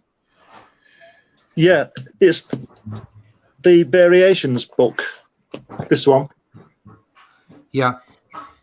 Yeah, it's on Amazon now. It's right. Okay. It's lots of articles by different people, but it has my trip there. It has a sort of all the stuff that wasn't filmed. You know, I took notes and things. Yeah. And wrote articles around it, and it's just full of photographs of me with Jack and all that kind of thing. Brilliant. Let me enlarge that up, Glenn. Before you take it back down. What an experience. What an experience. Yeah. There we go. Yeah. Wow. And it's got all the photographs I took. I'm with him, and it's just everything that wasn't captured on the film, basically. Mm-hmm. It's 100 pages. It's on Amazon. It's got all different stuff about. It's got a thing about where he discusses how he created Doctor Doom. So yeah, okay, I'm gonna have to buy that now. I heard that. Yep. So, let the fanboying commence. Yeah. Yes. So I'd say often that I came to Jack early. I think a lot of artists say the same thing. I didn't appreciate him as a young comics buyer. But now consider him the way that he should be considered, as a genius. And people throw that word around. Yeah, they throw that word around far too easily, but he truly deserves it. The man was a creative genius. Even at his worst and his fastest, you sit there and you look at his dynamics and you go, circle, circle, square, square, square. Genius. Unbelievable. It's just amazing. Amazing. So a massive inspiration for me as well as sorry. No, as well as the other artists of the time. Just there was just so Dick much. Cohen but for me, it's the Buscema brothers, John Mosley. Yeah. I love Dick Cohen. I love Joe Sinnott's inks over Kirby and over Buscema. Yeah. So that's my thing. But that I'm just nailing it down to that particular bit. Just the whole era of fantastic artists and creators, really sort of trailblazing. That was what they were. They made it. I was saying earlier, Russ, that I've not read a comic since about 1988 because I just don't think they've gone to a good place. I think the last one I bought was Watchmen or Dark Knight, whichever one came out first or second. So the Comics Unlimited magazine is generally about earlier stuff. Right. Okay. Well, my stuff is my tagline is comic the way comics used to be. Let's put it that way. I can pull that up. I can pull that up. Very right much now. Focused on that kind of thing. Let's talk about your campaign.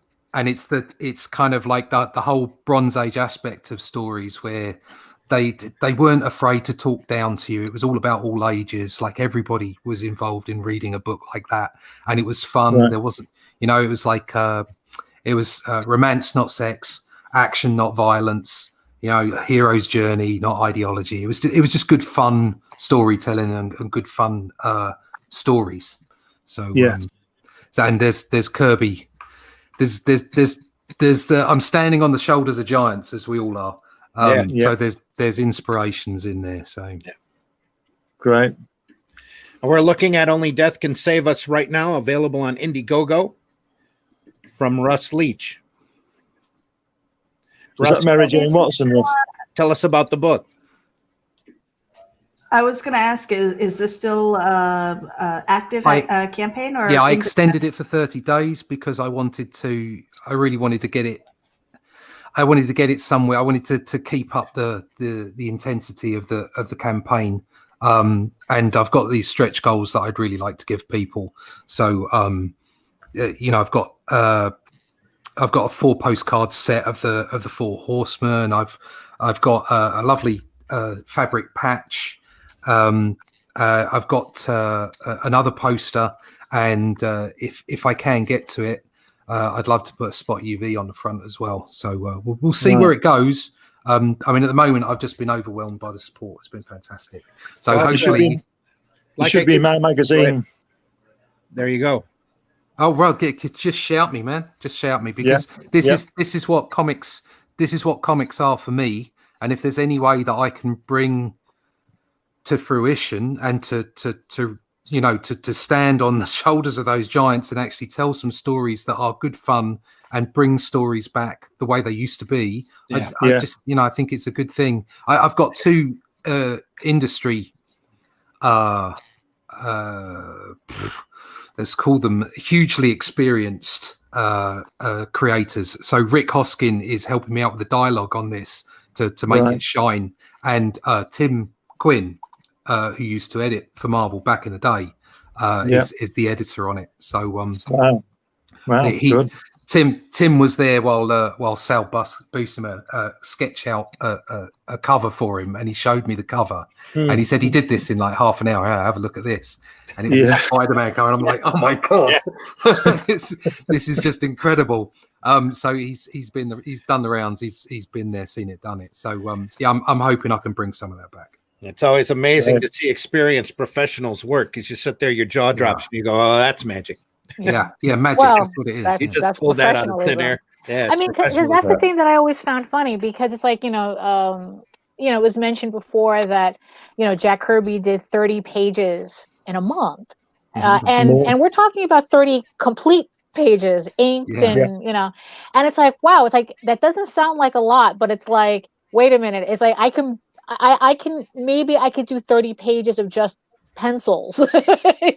Maybe I could do, and even then it's like, that's rare that I'm even able to do that. I don't think he wasn't inking them, Daphne. He was only he wasn't. Okay. No, he was but he was writing them as well. Right. Yeah. Because you can see on the original artwork that he's got all the notes on the side.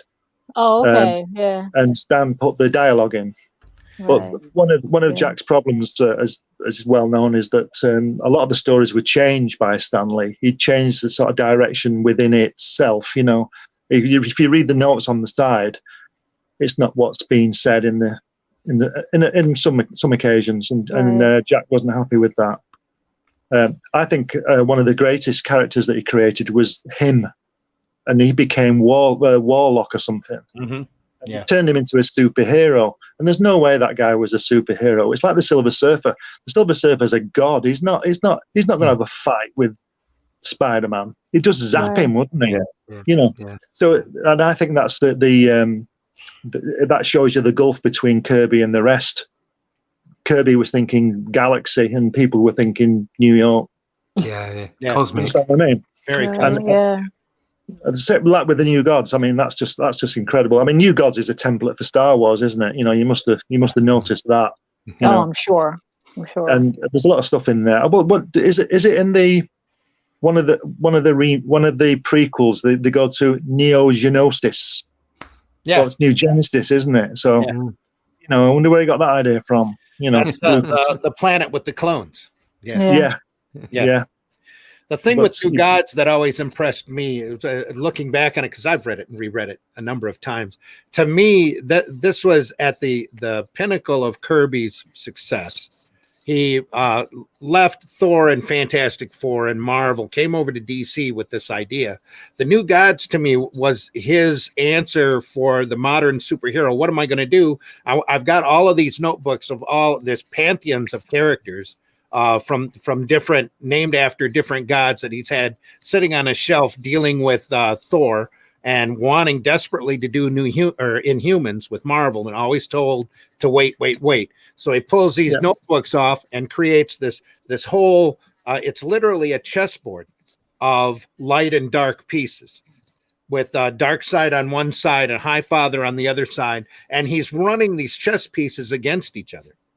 Yeah, almost. That's the impression I got from New Gods. And he even invented the Black Rider, I believe the character's name was, to take the pieces off the board. Right.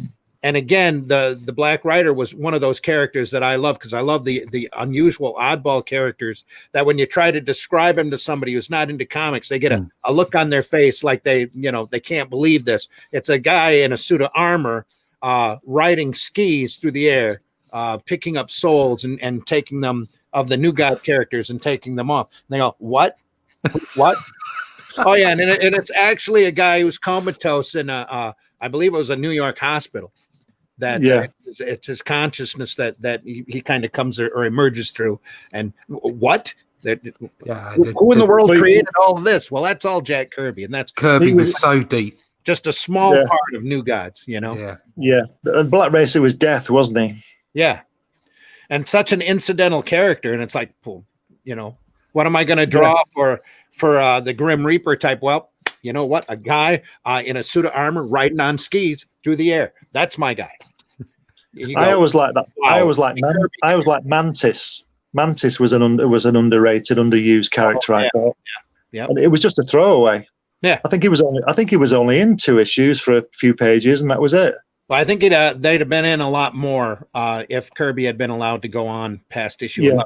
On Gods. He had a lot more characters that he was bringing in, a lot more stories to tell. So it's just a powerhouse, wasn't he? He was just brilliant. I think I was really sad that he never finished the Eternals. I thought that was going places as well. Another one, I loved that. Yeah, really enjoyed that. That was incredible. Yeah. As someone who kind of got into comics late, my appreciation for a lot of these old school artists, I only gained appreciation for them as I got older. Like when I was younger and it was like in the middle of the whole like Image 90s thing, I didn't understand what made these guys stand out so much. But like now I'm able to like, oh, now I understand why these guys are geniuses, like Kirby and Neil Adams and John Byrne. And but the thing is, I think what really cinched it for me with Jack Kirby was we were at a convention. I think it was like in Miami or something, and a dealer had a spread of Jack Kirby pages. Again, it's something about seeing them in person that really hits you with, oh, now I get it. So I'm staring at these pages, and all in the margins of these pages, of these absolute brilliant pages, were these super disrespectful, passive-aggressive editorial notes. Right? And I'm reading these notes, and it was just like, it's like, oh, what's wrong with this hand? Oh, what's going on here? And this like it was like so catty that it's like I'm looking at this artwork and it's like, did these people are not see what I'm seeing in front of me? Like, how can you do that? I think it's called jealousy. Really. Some of that. Yeah. And it's like, and that's when it cinched that this was that Kirby's art was like something else. Yeah. Yeah. It was. It's wonderful. And just wonderful. He had been working for so long. He started doing comic pages when he was 14 or 15. That comics, the whole entire language of sequential art, was like the back of his hand. It had worked out like all of the great musicians that you see out there who are masters of certain instruments. Kirby was the same way as far as putting composition and dynamics on paper. That's why he had been working all of his life just to reach like Fantastic Four and Thor, which literally redefined dynamics and superheroes, and then went one step further with this Fourth World material and as far as imagination goes and character design and building and that kind of thing. It's just you see there's so many different stages to Kirby's career, and it's so fascinating to sit there and go through and look. I just recently picked up a book of the Newsboy Legion. That Ollie's is a great place. If you have an Ollie's by you, they've picked up a whole bunch of reprints of different books, and sometimes you get some really cherry archives there. And they reprinted the Newsboy Legion stories, and it's a completely different Kirby from what you saw at Marvel and what you saw working at DC later with the New Gods material. But you can see the evolution working there, and it's just fascinating to sit and watch. It's almost Sorry, go on. Sorry. No, also I'd like to think that the person who wrote all those notes, like to this day, like, well, I don't know if they would still be alive to this day, but if they saw those, like, not only would they recognize it, but they would never admit it that it was them, and probably all their says like, oh yeah, me and Jack were besties. Oh yeah.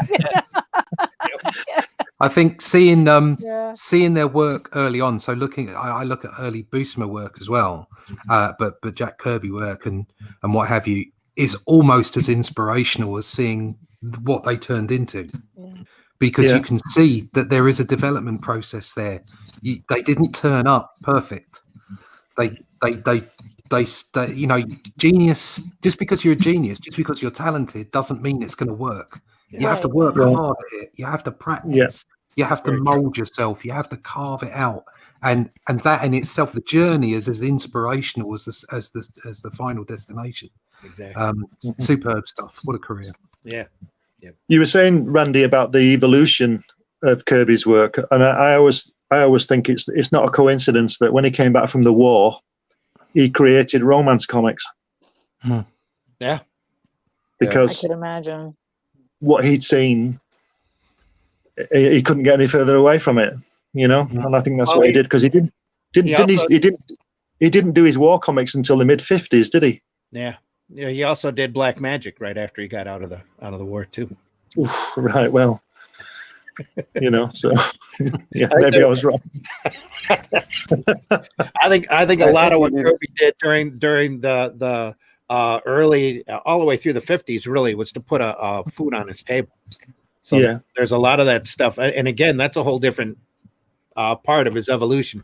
The I was going to say Super Patriot, Fighting American. The Fighting American work is just so you see where the imagination is going, and he's saying a lot metaphorically using the different villains that he was fighting, but the work itself it still heralds back to the 40s and 50s work it was 50s work, but the 40s work that he was doing with Boy Commandos and Newsboy Legion.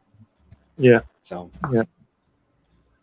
Joe, I think we need to know more about Jack Kirby as a person too, because we all know how great Jack Kirby was as an artist, but the fact that we can now see some documentaries, and I sent a documentary to Daphne a couple of hours ago about Jack Kirby that I found on YouTube. I saw it 3 times already, but I think we need to know more about the person and the great guy that he was, the people that went to his house, and the stuff he was giving away to everybody. I think we need to know more about Jack the man and the husband and the father. That's really cool. Yeah. I need to catch up here on the chat. Joe D. McPhee says this has been an educating Sunday. That's the whole purpose, Joe. That's why we're here. Froggo says, working my butt off and earning some indie comic money with this overtime. Keep going, Froggo. Keep going. Just followed him on Twitter. Yep, good. Froggo sent a couple of emojis. Good for Froggo. Froggo likes to talk. Yeah. I've had troubles backing several. It's our banks and Indiegogo not agreeing with one another. It took me months of trying to back Blood Hunt and also Death Sworn by Carl O'Rourke. Pops is in the house. Thanks, Pops. Hey, Pops. House. What's up, Hey, people? Pops. Froggo again, only for me backing international projects, though. He's having a problem. Is there a mod or someone who can drop the link in the chat? I can do that. I think it's already been dropped. Meredith did. Meredith is doing it, yeah. Meredith is which link? Thank you, Meredith, very much, by the way. That plus the wall in New Gods, where the concepts beyond 12th level intellect resides. JD is awake. Good morning, JD. According to Mark Evanier, Jack drew 3 to 6 pages a day at his peak. It's astounding. You see that's the it's like no. That's the part I couldn't do. I know Perez at his height said he was doing about 5 a day. Yeah, no. And he was almost like a fetal position, sitting up on at his couch. Yeah, 5 a day and 7 on the weekend for Gene Colan. Wow. Yeah. There we go. So that's the thing. So those 30 pages in a month is not like 1 a day, which what I was thinking. It's like, no, it's like he would finish those 30 pages in about 2 weeks. Yeah. I think he was doing. Wasn't he doing the Fantastic Four in a week?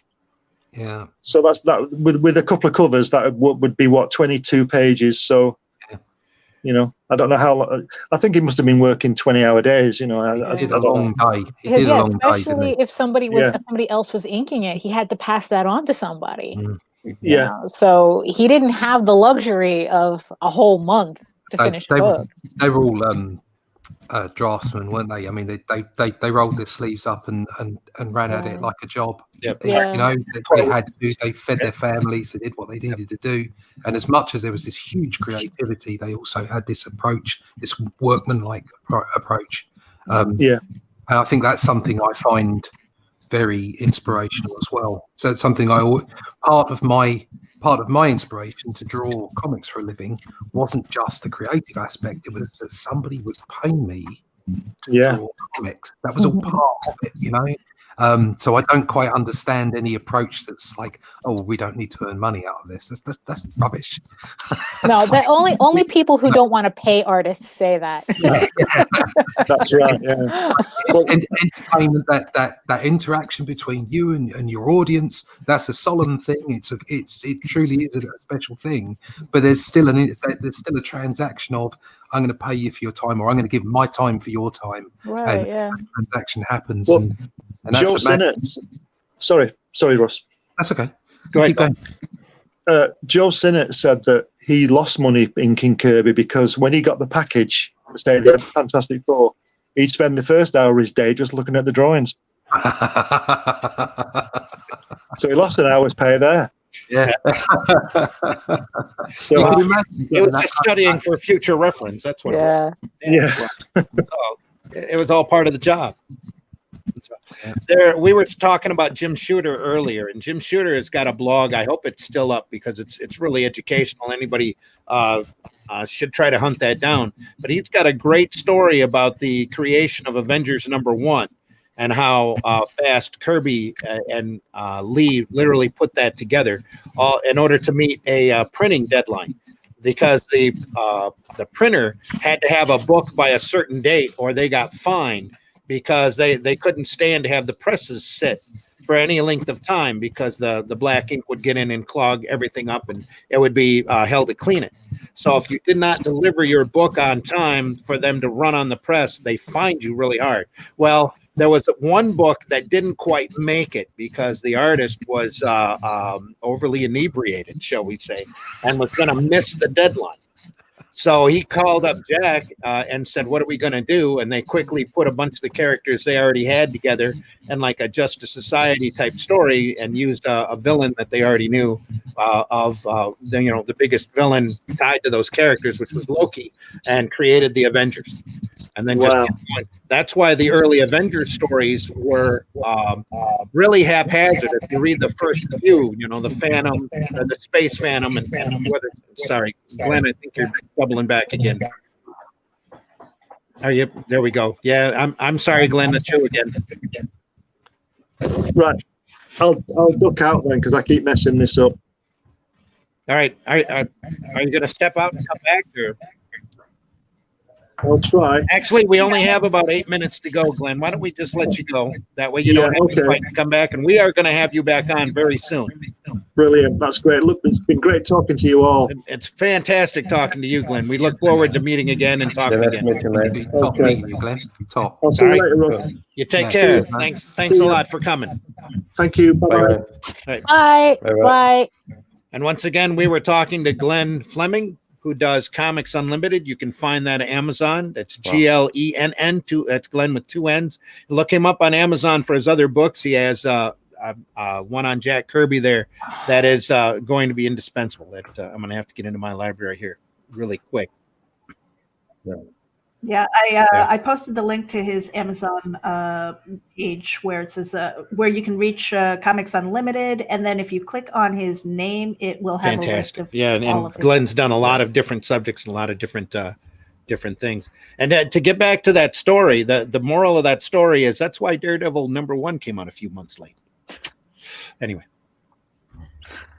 But if you ever get a chance to find Jim Shooter's blog, he's done or he had been doing a lot of great comics history pieces in there. Another one that was super great is how Star Wars literally saved Marvel Comics. So, well, that's us again. Indie Volt Froggo sends a couple of more emojis. John Celestri says old school comic artists planted their butts in their seats 14 hours a day. Yes, they did. Just like old school animators, John. I can't even sit in a chair for like more than 2 hours before my back gives out. Or soft. I have an egg timer that's a monkey, and he comes in really handy. Yeah. Yeah. He does. Joe D says, thanks for being a part, Glenn. Yeah. Thanks for listening, Joe, very much. We appreciate you and your products. We only have a few minutes left, folks. So, Marv, thanks for coming on board today. Can you tell folks how to get hold of you? Thank you for having me. Well, you can find me on Instagram and the Twitter and on Facebook. Yeah, jump in, and if you want to hang out and draw, yeah, just give me a call and we can do that. Have fun. Cool. Mm-hmm. Meredith, where can folks find you and talk about the online con you've got coming up? Yes. Okay. So in November is going to be another indie event, and you can go over to indievent.com. I've updated it. So we've got some confirmed guests. We are looking for people who are into horror. We're looking for flash fiction writers. So under 2,000, if you want to be part of the, kind of like the Spooky Tales evening, where we're going to basically tell our stories. And try and frighten each other. And that's going to be fun. We've got confirmed Phantasmagoria. And all of these things will be set up on the calendar. We've got confirmed people. We just don't have confirmed dates because it's a 1-week event. Usually in the evening, we're inviting people who have their own shows. The theme is going to be thrillers, crime, noir, anything that's kind of creepy, spooky, odd. So definitely check out indievent.com. And my contact information is there if you want to bring your show or if you've got a panel idea. Awesome. Russ, tell folks how folks can get a hold of you. Yeah, you can get me on YouTube as Comic Book Black Belt. You can find me on the internet as russleach.com or comicbookblackbelt.com. You can find out more about my book at onlydeathcansavus.com, and there is a link there as well as in the chat to my Indiegogo campaign, which has funded but is looking for more funding for stretch goals. So let me give more to my readers. Back me there, and you can find me on the Twitter, on the Fleecebook, on the Instagram, and on the parlay when it works. And again, Only Death Can Save Us on Indiegogo. Take a look at that if you can. Pledge in if you can. It's the kind of product that once you see what it looks like, you're going to have to own it. Oh, yeah. So beautiful professional work. Russ, thanks so much for coming on. That's okay. There's a new promo coming, actually. I've just spoken to some voice artists who are going to do some voiceover for the first 3 pages. Cool. So I'll release that shortly. I'm sure it'll be fun. Awesome. All right. And we lost Meredith. Meredith, sorry for leaving. She had to run. Had to run. Absolutely. Okay. Daphne, how can folks find you? And you should drop a line about what's going on. Oh, yeah, sure. Okay, so you can find all my information about, especially my funny animal fantasy comic, Tall Tales, at talltalesonline.com, TAILS. And I just want to thank everybody for my Kickstarter that just recently finished. It did bonkers with all you guys' help. And now I don't have to talk about furry porn for the next couple of months. So, hey, whatever are you going to talk about? Right. But I do have an upcoming Kickstarter in January for my other fantasy comic, which is more YA inspired, which is Ego Raven, Heir of the First Unicorn. You can find more information about that at talltalesonline.com, where you can sign up for my newsletter for updates. It'll be premiering January 4th, 2021. And you can also check out my YouTube channel, where I have all sorts of tutorials and demos and some live streams when I remember to do them, at Daphne Lage Art. Yeah, tell me about it. I'm so horrible about getting anything up on my YouTube channel. I'm Randy Zimmerman, your host here for Sunday Funnies. You can find me on Facebook. You can find me on Twitter, though I don't twit very often. I'm there under Randy Zim. I do the Zim Geek channel on YouTube. Whenever I have enough time to put up a new video, I will do so. I swear I will.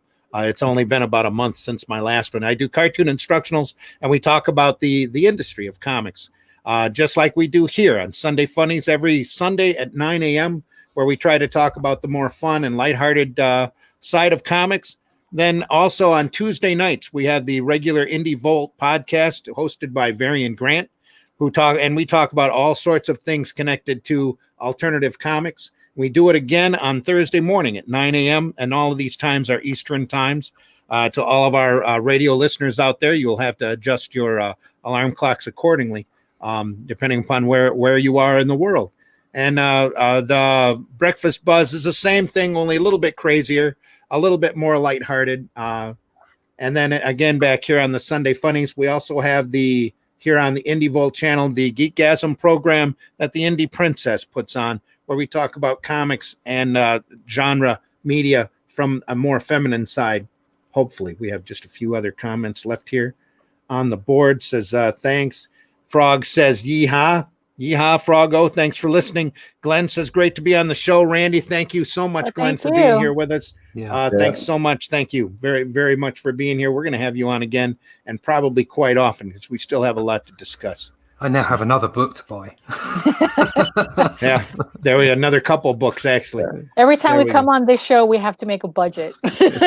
Yeah. Isn't that crazy? But that's part of the fun of doing this kind of program is meeting folks and being able to talk. Terry, Fried Owl, thanks. His comics are awesome. You're absolutely right, Terry. That's what. Hang on here just a second. That's what Keanu says. Comics are awesome. Absolutely. I mean, really, I don't know what I would be doing without it. I'd be a plumber, maybe. I don't know. Well, I can tell you that personally, they kept me sane during my youth. So. Yeah. We're so happy they're out there. Anyway, here on Indie Volt, you can listen to us on Indie Volt online at indievolt.com. That's VOLT, Indie Volt. You can listen now. There are apps available on Google Play and at Streama. And if you ask Alexa nicely to play Indie Volt radio, she might actually do that for you. Well, Indie Volt also has a Roku channel where they show wrestling programs and movies and some videos of our podcast here. If you want to see what we look like, you can go over to the Roku channel. That's if you don't deal with the YouTubes and the Facebooks already. We invite your input always at Indie Volt Live at indievolt.com. Please feel free to send us a note. Put Indie Volt Live in the subject line, or if you're sending a question for today, you can address and put Sunday Funnies in that subject line as well. Please keep those emails to 90 words or less so that we can put them on a card and talk about them here. So, and again, we want to deeply thank all of our radio listeners. We don't have the numbers in front of us, but we know you're out there. We deeply appreciate you all. Last program, last Sunday Funnies, we actually reached out to 54,000 people. So wow, that was absolutely fantastic. And again, we love you all wherever you're listening to us in the world. You can always watch us also on YouTube, where all of our podcasts are archived at under the Indie Volt channel. That's INDIE VOLT, Indie Volt on YouTube, also on Facebook, always available. So I think that's it. We're gonna wrap it up. Anybody have any last words?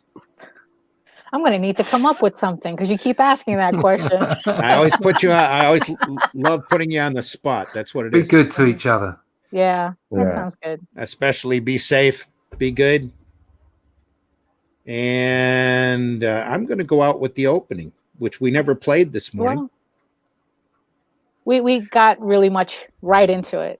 So, yeah, we did. Glenn is really fascinating. We're going to have him back on again because, like I said, we barely scratched the surface of some of the stuff that he's done. So he's a great guy. He's like John Celestri. The more he talks, the more you go, really? Yeah, exactly. Really? Holy crap. That's amazing, dude. Come on. Yeah. All right, everybody. Take care. We'll see you soon. Okay, bye. Sunday FUNnies on Indie Volt. Have a good rest of your day or evening or wherever you are. And however, have a good one. Take care. Ciao. Yeah, that was fun. I gotta be on comics 24/7. I gotta quit my job. I gotta do something.